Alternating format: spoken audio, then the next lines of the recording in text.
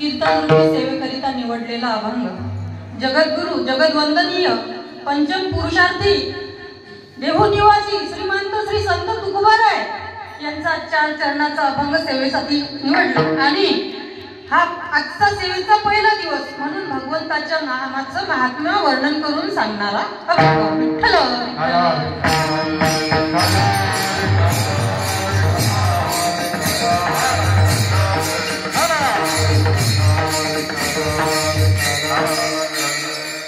वक्रतुंड महाकाय सूर्यकोटी समप्रभ निर्विघ्नं कुरु मे देव सर्वकार्येषु सर्वदा महायोगपीठे तदेवीमरथं वरं पुण्डरीकाय दातुं मुनिन्द्रे समागत्य तिष्ठन्तमानन्दकन्दं परब्रह्मलिङ्गं भजे पाण्डुरङ्ग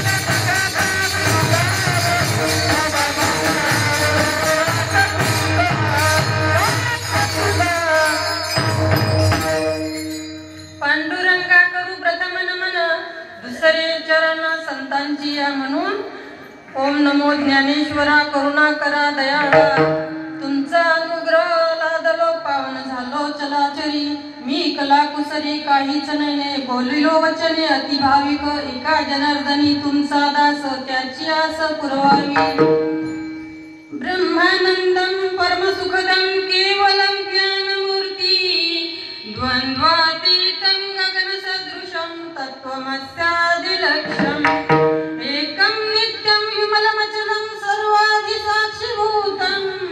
भावातीतं त्रिगुणरहितं सद्गुरुं तं नमामि अखण्डमण्डलाकार व्याप्तेन चराचरं तत्पदं दर्शितमेन तस्मै श्री गुरुवे नमः गुरुर्ब्रह्मा गुरुर्विष्णु गुरुर्देवो महेश्वरा गुरुर्साक्षात् परब्रह्म तस्मै श्री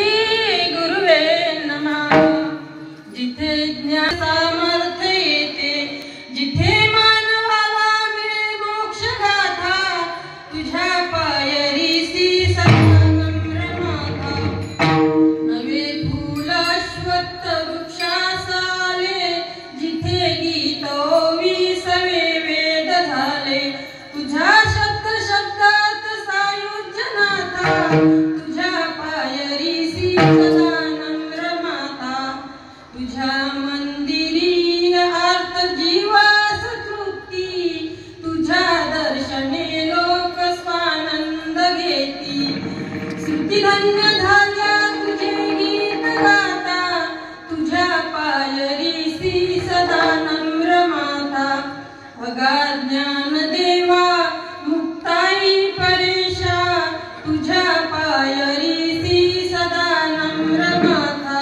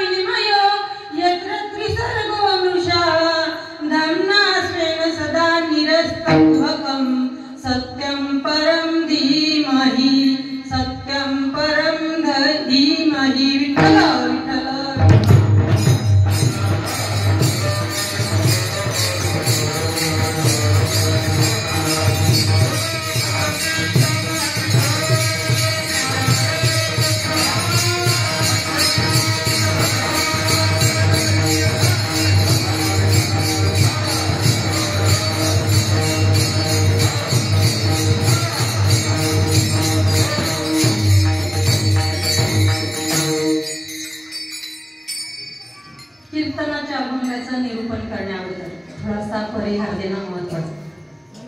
बघा, तुमच्या गावात मी पहिल्यांदाच आली पण सगळं वातावरण बघून असं वाटते की काय आपण पंढरपुरातच आहे काय.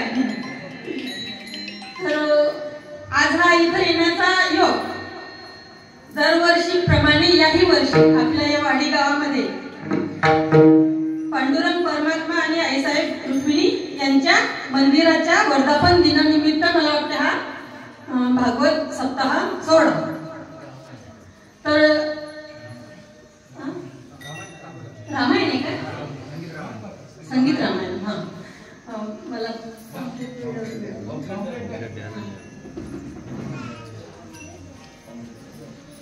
तर अशा प्रकारे या ठिकाणी संगीत रामायण उत्सव चालू. उत्सव म्हणजे उच्चतम प्रसव. अतिशय सुंदर असा इथं कार्यक्रम आणि मला वाटतं जुमडी महाराजांच्या अमृतमय वाणीतून जाऊ द्या असू द्या. किती वर्ष झाले? अरे बा, अतिशय सुंदर अशी कथा चालू आहे. बघा, महाराज आलेले आहेत. महाराजांचं नाव बरेच वेळा ऐकलं. मला असं वाटलं आज मला प्रत्यक्ष दर्शन सुद्धा मिळेल असं होतं. तर बघा, कथा अतिशय सुंदर आहे. जसं चातक पक्षी स्वाती नक्षत्रातल्या पावसाने आपली तहान भागवते, बरोबर आहे की नाही? आणि त्या स्वाती नक्षत्रातल्या पावसाचा थेंब जर समुद्रातल्या शिंपल्यात पडला तर त्याचं मोती झाल्याशिवाय राहत नाही. अगदी त्याचप्रमाणे कथा सुद्धा इतकी सुंदर आहे की हा जो कथा करणारा वक्ता आहे त्या वक्त्याच्या मुखातील हा शब्दरूपी पाऊस जर श्रोत्याच्या कानरूपी शिंपल्यावर पडला ना तर त्याचा बोधरूपी मोती झाल्याशिवाय आणि आपल्या हृदयामध्ये प्रकट झाल्याशिवाय राहत नाही. म्हणून अतिशय सुंदर अशी कथा आहे. उपस्थिती पहिलाच दिवस आहे पण भरपूर आहे. खूप आनंदाची गोष्ट आहे. येताना मुलांना पण आणत जा. आपण येतो, आता ही आपली पिढी आहे, आपण करून राहिलो, पण पुढे चालून हा वारसा आपल्या मुलांनी सुद्धा चालवला पाहिजे. मग त्यासाठी त्यांना आतापासून वळणही लागेल. आता तसं तर आहेच, सगळे छोटे छोटे मुलं आहेत, मुली आहेत, आणि आले म्हणजे त्यांना सवय लागते. बघा, कथा का ऐकावी? कथा म्हणजे काही नुसतं कहाणी नाही, गोष्ट नाही, तर कथा म्हणजे बोध. त्यातून आपल्याला आत्मबोधाची खाण आहे कथा म्हणजे.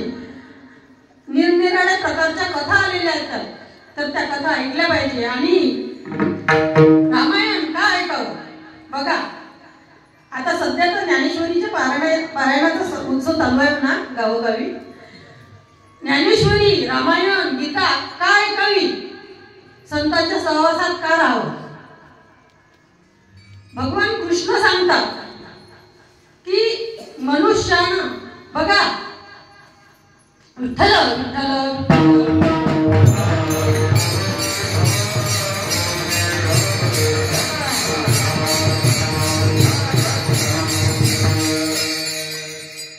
संतांचा सहवास का हवा? रामायण का ऐकावं? गीता का ऐकावी? ज्ञानेश्वरी का वाचावी? तर त्याचं उत्तर भगवंत सांगतात, अर्जुना, ब्रह्मण्याधाय कर्माणी संगम त्यक्त्वा करोतीय लिप्यते रस पापीन पद्मपत्र मिवांबसा. म्हणजे कमळ कुठं असते? पाण्यात, पण त्याला तो पाण्याचा थेंबही त्याच्या म्हणजे त्या फुलाला ते लागू देत नाही. असं संत लोक जीवन जगतात. त्यांच्यामुळे आपल्याला कळते की कसं जीवन जगावं. आणि हे नाही समजलं संस्कृत गीता तर ज्ञानेश्वरीत त्याचा अर्थ आहे. माऊली म्हणतात, तो कर्मी करी सकळे परी कर्मबंधा नातळे जैसे न सिंपे जळी जळे पद्मपत्र. विठ्ठल विठ्ठल विठ्ठल.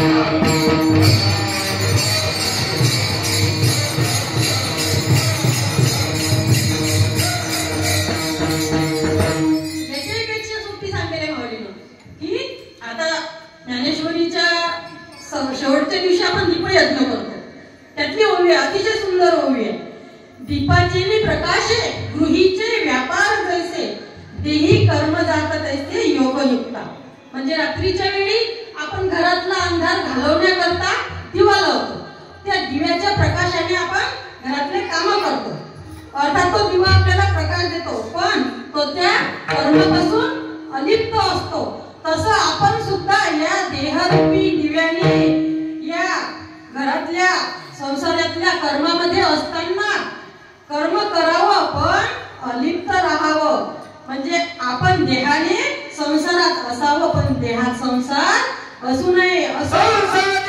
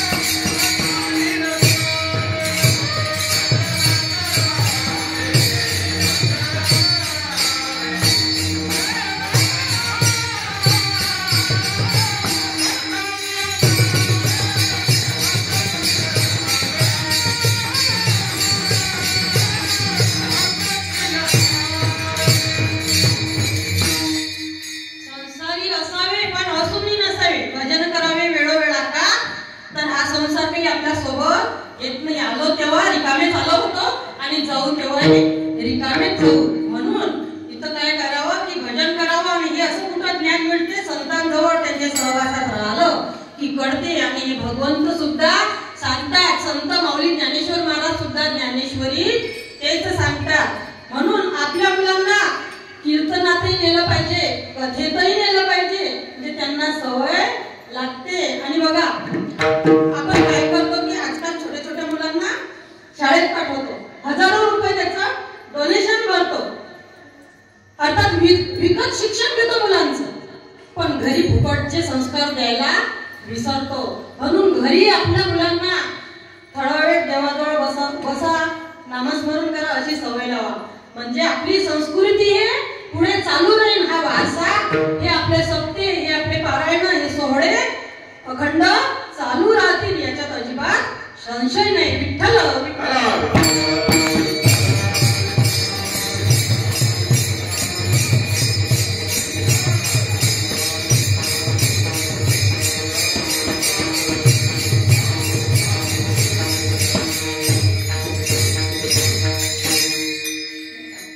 मला इथं व्यासपीठावर उभी राहिली अभंग घेतला तरी सुद्धा माहिती नव्हतं की मला ज्यांच्या घरी आली त्यांनी भागवत कथा सांगितलं.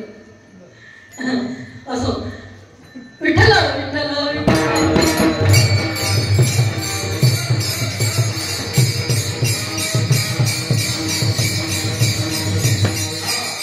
तर आपण आता आपल्या मूळ अभंगाकडे बघूया. जगद्गुरु तुकाराम महाराज म्हणतात की काय नव्हे केले एक चिंतिता विठ्ठले. त्या पांडुरंगाचं नाव घेतलं की काहीच अशक्य नाही. मुकं करोति वाचालम पंगुम लंग येते गिरी. म्हणजे मुका बोलू शकतो आणि पांगळा चालू शकतो. नवे नवे त्या भगवंताचं नाव घेतलं की तो आपल्या घरचे काम सुद्धा करतो. संता घरी देव कामधंदा करी आणि पितांबर धरी वरी छया. जनाबाईच्या घरी भगवंतानं किती कामं केले बघा. आता काम तर करतेच देव पण शेवटी मोक्षही मिळून देते. म्हणजे त्याचं नाव घेतलं की पाप जळून भस्म होते.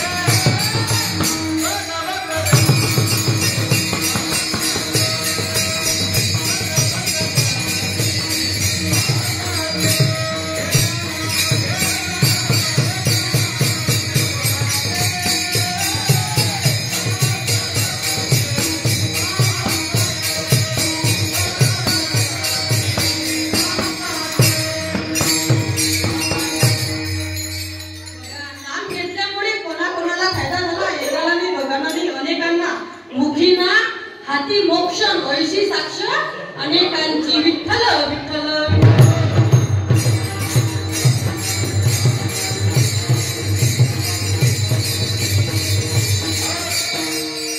अनेकांची म्हटल्यावर अनेक तर नाही पण आपण एखादं उदाहरण बघणार आहोत. बघा अतिशय गरीब आणि साध्या सरळ स्वभावाच्या आपल्या जनाबाई निरक्षर होत्या, आडाणी होत्या, गरीब परिस्थितीतल्या. पण देवताई कोणाची गरिबी श्रीमंती पाहत नाही की कोणाची शिक्षणाची डिग्री पाहत नाही.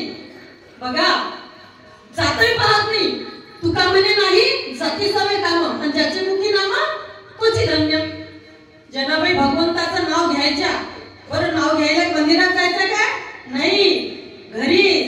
पण जनाबाईनं अशी आर्त भक्ती केली की तिच्यासाठी भगवंत स्वतः तिच्या घरी आले. जनाबाई झाडून काढायच्या, भगवंत केर भरायचे.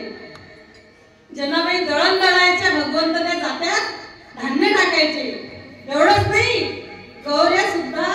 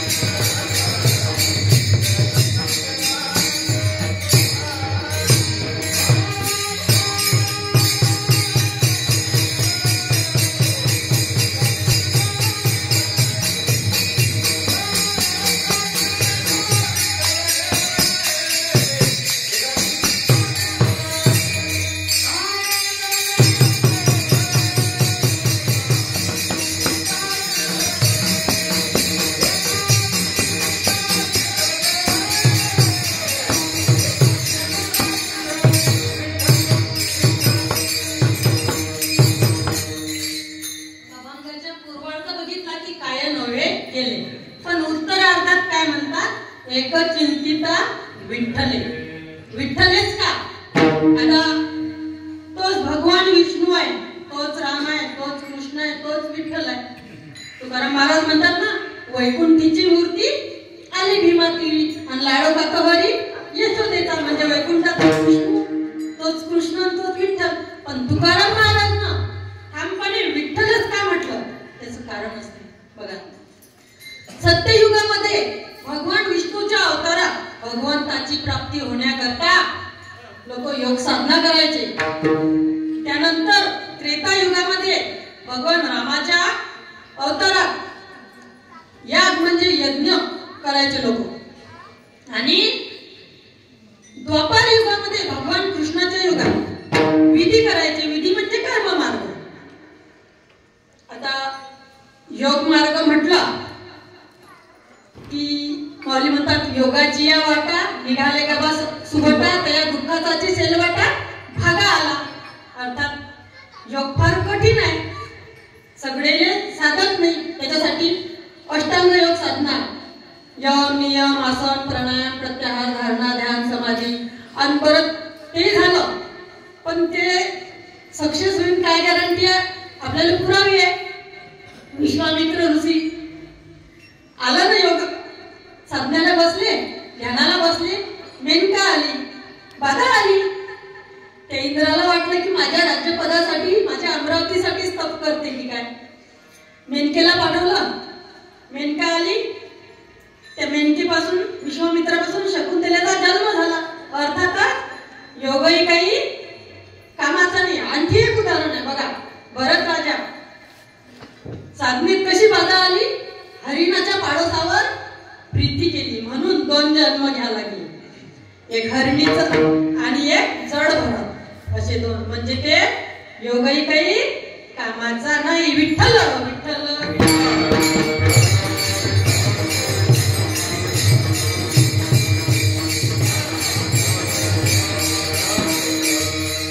आता योगात सत्ययुगातला याग म्हणजे त्रेतायुगात यज्ञ करायचे.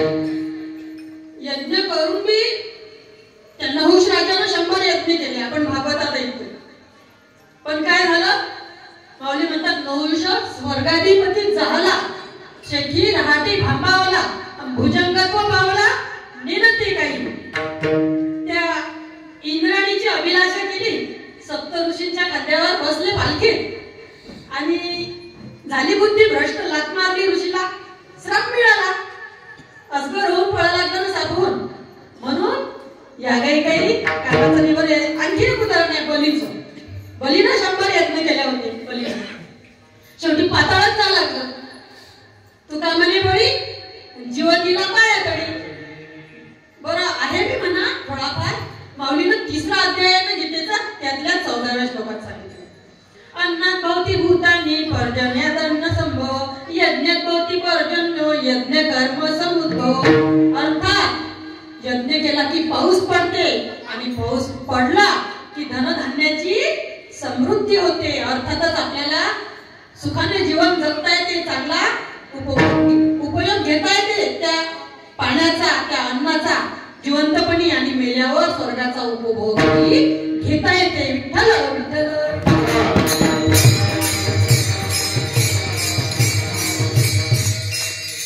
बरं, ते पुण्य कुठवर? स्वर्गात जोपर्यंत ते पुण्य आहे तोपर्यंत तिथं राहायला मिळते. आणि ते पुण्य एकदा का संपलं की मग ती पुण्याची पावटी सरे, सवेची इंद्रपणाची उटी उतरे, येऊ लागती माघारे मृत्यू लोका. म्हणून ते काय कामाचं आहे का, मोक्ष आहे काय नाही. मग आता राहिलं द्वापार युग, भगवान कृष्णाचा युग. मग आता द्वापारात कर्म, त्यात विधी निषेध सांगितलेला आहे, काय करावं काय करू नये. आचरण फार कठीण आहे बघा. तो अजमीळ थोडस कर्म चुकली या कर्म तर अशी फजिती झाली त्याची. म्हणून ते काही कामाचं नाही. विठ्ठल विठ्ठल.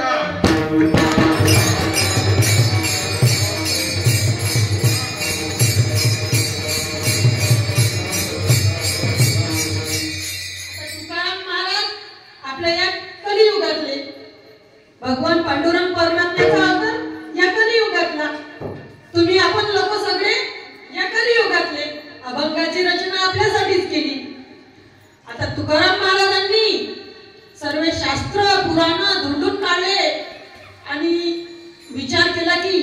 कलियुगातल्या लोकांचं आयुष्य अल्प आहे. किती आहे? 100 वर्ष जास्तीत जास्त. अल्प आयुष्य आणि शतगणिले ते आणि पुढे बालत्व. काय भजनाशी बोलले ते? मग त्यानं विचार केला की याचं आयुष्य आहे कमी. सगळे शास्त्र पुराणे ढूंढून काढले आणि त्यातला शोध लावला. शेवटी भगवंताचं नाम हे त्या सारातलं, म्हणजे जेवढे साधनं होते भगवंताच्या प्राप्तीचे त्या सारातलं सार निवडून काढलं. म्हणजे भगवंताचं नाम घेतलं की सर्व साधनाचं सार आहे, भगवंताची प्राप्ती करून देणार आहे. अभंगाचा दुसरा